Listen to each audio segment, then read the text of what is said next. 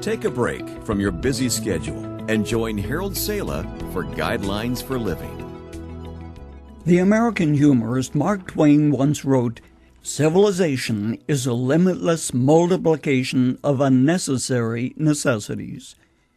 I wonder what old Twain would have said had he been alive today.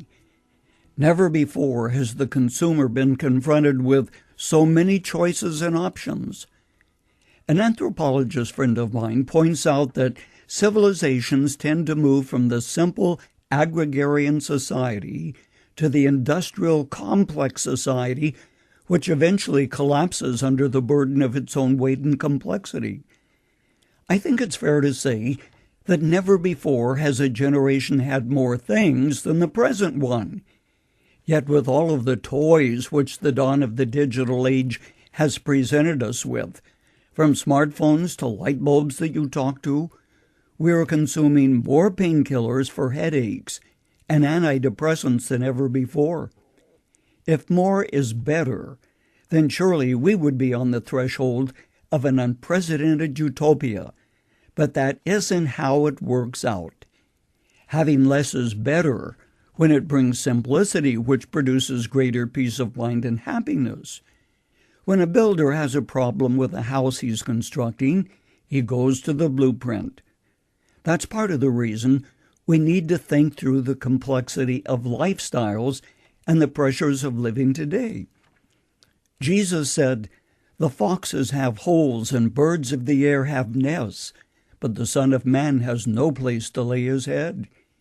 He owned no real estate, though the whole world was his.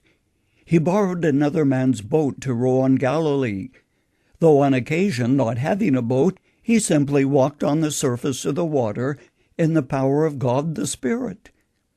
The only thing we know for certain which he possessed was a seamless robe, which the soldiers took from him and gambled to see who would get it. What did he have that we seldom have today? Two things impress me. One, peace and tranquility, and two, simplicity. It has been my observation that some of the richest men in the world were some of the most unhappy, proving that money can't buy happiness. Jean-Paul Getty, once the richest man in the world, said he would gladly give all of his money for a happy home. But of course, he didn't take the step to experiment with the possibility. Money had him firmly in its grip. Now, this is not to suggest that the absence of money, poverty, produces happiness. But what Jesus taught us is that happiness doesn't come from the abundance of things which money will buy. What did he have, which we desperately need, is simplicity. In his book, Freedom of Simplicity, the gifted writer Richard Foster contends that simplicity is not something we do, it is something we are.